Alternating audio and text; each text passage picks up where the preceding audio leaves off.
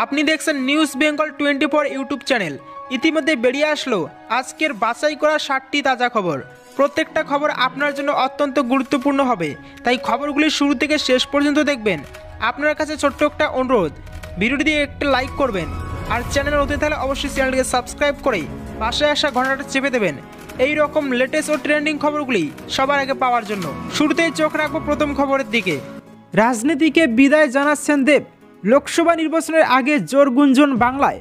দুয়ারে কড়া নাড়ছে লোকসভা নির্বাচন। ইতিমধ্যে রাজনৈতিক দলগুলি ভোটের প্রস্তুতি নিতে শুরু করে দিয়েছে, কিন্তু ভোটের কয়েক মাস আগেই বদলে যেতে চলেছে একাধিক রাজনৈতিক সমীকরণ। সূত্রের খবর, তৃণমূলের দুবারের তারকা সাংসদ দেব এবার আর নির্বাচনে দাঁড়াতে রাজি নন।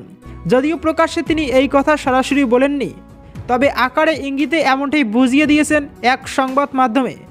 অভিনেতার সাংসদের ঘনিষ্ঠ মহল সূত্রে খবর, বর্তমানে তার সিনেমা ক্যারিয়ার তুঙ্গে, তাই এই সময়টা রাজনীতি থেকে সরে এসে পুরোপুরি সিনেমাতেই ফোকাস করতে চাইছেন। কিন্তু দেব নিজে কি বলছেন? অভিনেতার কথায়, আমি মনে করি ঘাটালে পূর্ণ সময়ের সাংসদ হলে আমার সে ভালো কাজ করবে, তবে 2024-এ আমায় দল টিকিট দেবে কিনা কিংবা আমি নিজে ভোটে লড়ব কিনা সেসব নিয়ে এখনও কিছুই ভাবিনি। 2011 সালে তৃণমূল রাজ্যের ক্ষমতায় আসার পর থেকেই শাসক দলের অত্যন্ত ঘনিষ্ঠ ব্যক্তি হিসেবে নিজের পরিচয় গড়ে তোলেন দেব। এরপর 2014 সালে তাকে লোকসভা ভোটে দাঁড় করিয়ে রীতিমতো চমক দেন তৃণমূল সুপ্রিমো মমতা বন্দ্যোপাধ্যায়। ঘাটাল থেকে ভোটে জিতে সাংসদ হন অভিনেতা। এরপর 2019 সালেও তাকে ঘাটাল থেকে দ্বিতীয়বার টিকিট দেওয়া হয়। সেবারও ভোটে জিতে সাংসদ হন তিনি। গত প্রায় 10 বছর ধরে ঘাটালের সাংসদ থাকার পর এবার কি মোহভঙ্গ হলো দেবের, সেই বিষয়টি এখনও পরিষ্কার নয় অনেকের কাছেই। তবে দেব একটা কথা বলেছেন, যা হলো তিনি নিজের সংসদীয় এলাকার জন্য যথেষ্ট কাজ করতে পারেননি। অভিনেতা আরও বলেছেন, আমার জায়গায় কোনো পূর্ণ সময়ের সাংসদ থাকলে আরও ভালো কাজ করতে পারতেন। দেবের এই মন্তব্য নিয়ে জোর গুঞ্জন শুরু বঙ্গ রাজনীতিতে। তৃণমূলকে নাকানি চোবানি খাওয়াতে রেডি মাস্টার প্ল্যান। শুভেন্দুদের গরম করতে ফের রাজ্যে আসছেন কেন্দ্রীয় স্বরাষ্ট্রমন্ত্রী অমিত শাহ। লোকসভা ভোটের কয়েক মাস আগে আবারও এ রাজ্যে মোদীর প্রধান সেনাপতি। বিজেপি সূত্রে জানা গিয়েছে, এবারের সফরে বঙ্গে লোকসভা ভোটের প্রস্তুতি নিয়েই রাজনীতিবিদদের সঙ্গে জরুরি বৈঠক করবেন শাহ। এর আগে গত 29শে নভেম্বর কলকাতা এসেছিলেন অমিত শাহ। বছর ঘুরলেই লোকসভা ভোটের দামামা ভেজে যাবে। 19-এর পর ফের একবার 24-এও এ রাজ্য থেকে লোকসভা নির্বাচনে ভালো ফল করার ব্যাপারে আশাবাদী গেরুয়া শিবির। লোকসভা নির্বাচনের আগে বাংলায় দলের রণকৌশল নির্ধারণে ফের একবার সফরে অমিত শাহ। বৃহস্পতিবার দিল্লিতে অমিত শাহের সঙ্গে দেখা করেন বিজেপির রাজ্য সভাপতি সুকান্ত মজুমদার। সেই বৈঠকেই শাহের বঙ্গ সফরের সম্ভাবনা জোরালো হয়েছে বলে বিজেপি সূত্রের খবর। আগামী রোববার রাতেই কলকাতায় পা রাখতে চলেছেন কেন্দ্রীয় স্বরাষ্ট্রমন্ত্রী।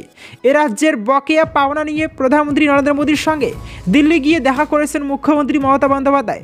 100 দিনের টাকা আবাস যোজনার বকেয়া বরাদ্দ নিয়ে নরেন্দ্র মোদীর সঙ্গে আলোচনা হয়েছে মমতা বন্দ্যোপাধ্যায়ের। প্রধানমন্ত্রী মুখ্যমন্ত্রীর সেই বৈঠকের পরেই এবার শাহের বঙ্গ সফর মোটামুটি নিশ্চিত হলো।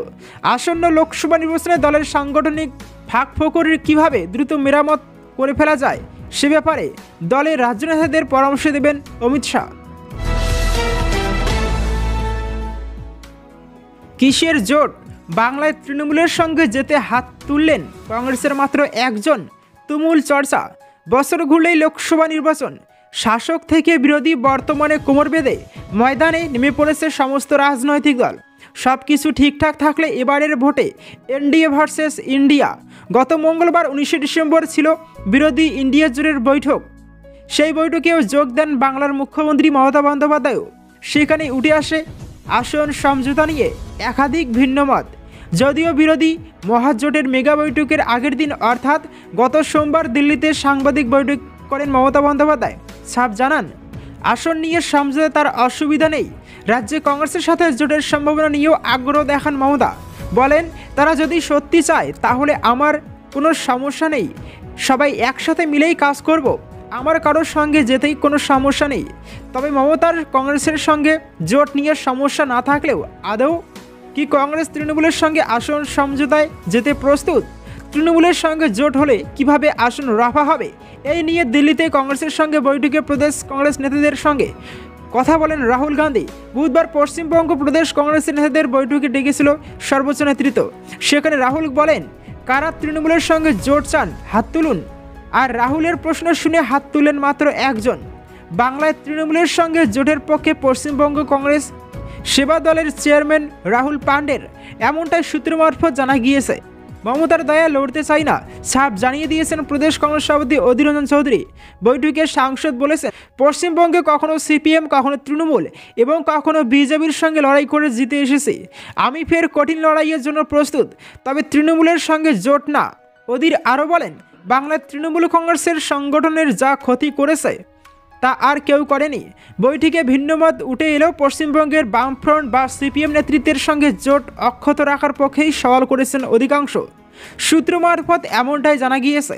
যদিও তৃণমূলের সঙ্গে জোট নিয়ে চূড়ান্ত সিদ্ধান্ত দলের হাইকমান্ডের উপরেই ছেড়ে দিয়েছেন প্রদেশ নেতারা। অত্যন্ত মানবিক কাজ করেছেন, মমতার প্রশংসায় পঞ্চমুখ বিচারপতি গঙ্গোপাধ্যায়। ফের একবার মুখ্যমন্ত্রী মমতা বন্দ্যোপাধ্যায়ের ভূয়সী প্রশংসা শোনা গেল বিচারপতি অভিজিৎ গঙ্গোপাধ্যায়ের মুখে। বুধবার বিচারপতি অভিজিৎ গঙ্গোপাধ্যায়ের সঙ্গে সাক্ষাৎ করতে সোজাসুজি তার বাড়িতে পৌঁছে যান 2016 SL/ST চাকরি প্রার্থীদের একাংশ। তাদের কারো কারো হাতে আমরা ভগবান দর্শন এসেছে, ভগবান উদ্ধার করুন প্লাকার্ড। তাদের সঙ্গে আলাপচারিতার সময় মুখ্যমন্ত্রীর প্রশংসায় পঞ্চমুখ বিচারপতি গঙ্গোপাধ্যায়। এদিন চাকরি প্রার্থীরা বিচারপতিকে জানান, নবম দশমের কর্মশিক্ষা বিষয়ের শিক্ষক হিসেবে সুপারিশপত্র পাওয়ার পর 13 মাস হয়ে গিয়েছে, কিন্তু নিয়োগপত্র পাচ্ছেন না তারা। এ বিষয়ে কথা বলতে গিয়েই বিচারপতিকে সুপারিশ করতে অনুরোধ করেন তারা। তাদের মুখে উঠে আসে সোমা দাস প্রসঙ্গ। চাকরি প্রার্থীদের কথায়, আপনি যেভাবে সোমা দাসকে চাকরি পাইয়ে দিয়েছিলেন সেভাবে আমাদেরটাও করিয়ে দিন। এই কথার প্রেক্ষাতেই বিচারপতি গঙ্গোপাধ্যায় বলেন, সোমা দাসের চাকরি ব্যবস্থা আমি করিনি, ওনার চাকরি ব্যবস্থা আমাদের মাননীয় মুখ্যমন্ত্রী মমতা বন্দ্যোপাধ্যায় করিয়েছেন। আমি শুধুমাত্র অনুরোধ করেছিলাম। মুখ্যমন্ত্রী বিষয়টা খুবই মানবিকভাবে দেখেছিলেন। মুখ্যমন্ত্রী অত্যন্ত মানবিক কাজ করেছেন। প্রসঙ্গত মাস কয়েক আগে সোমা দাস নামে এক ক্যান্সার আক্রান্ত চাকরি প্রার্থীকে তার ইজলাসে বসে থাকতে দেখে তাকে চাকরি দেওয়ার অনুরোধ করেছিলেন বিচারপতি গঙ্গোপাধ্যায়। বিচারপতির অনুরোধ মতো সোমাকে দ্রুত শিক্ষক পদে নিয়োগের ব্যবস্থা করে স্কুল সার্ভিস কমিশন। নবান্ন সুপারিশ করতেই হয়েছিল কাজ। চাকরি পাওয়ার পর সোমা বলেছিলেন, এবার ঠিক মতো ক্যান্সারের চিকিৎসা করাতে পারবো। বিচারপতি গঙ্গোপাধ্যায়কেও ধন্যবাদ জানিয়েছিলেন তিনি। এদিন সেই কথাই উঠে আসে বিচারপতির মুখে। এদিন 2016 SL/ST চাকরি প্রার্থীদের সঙ্গে বেশ কিছুক্ষণ তিনি কথা বলেন। তাদের হতাশ না হয়ে পড়ার উপদেশ দেন বিচারপতি। চাকরি প্রার্থীদের সাথে কথা বলার পাশাপাশি সংবাদ মাধ্যমেও মুখোমুখি হন বিচারপতি। চাকরি প্রার্থীদের মনের জোর না হারিয়ে আইনি পদ্ধতিতে এগোনোর পরামর্শ দেন বিচারপতি। বিচারপতি বলেন, আপনাদের আইনজীবীর সঙ্গে কথা বলুন, মামলাটা কোন জায়গায় রয়েছে সেটা জানুন। এক চাকরি প্রার্থীরা জানান, তাদের কাছে মামলা লড়ার মতো প্রয়োজনীয় অর্থ নেই। চাকরি প্রার্থীদের লিগ্যাল এইডে যাওয়ার পরামর্শ দেন বিচারপতি। সেক্ষেত্রে লিগ্যাল এইড সব রকম খরচ বহন করবেন বলেও চাকরি প্রার্থীদের আশ্বাস দেন বিচারপতি গঙ্গোপাধ্যায়।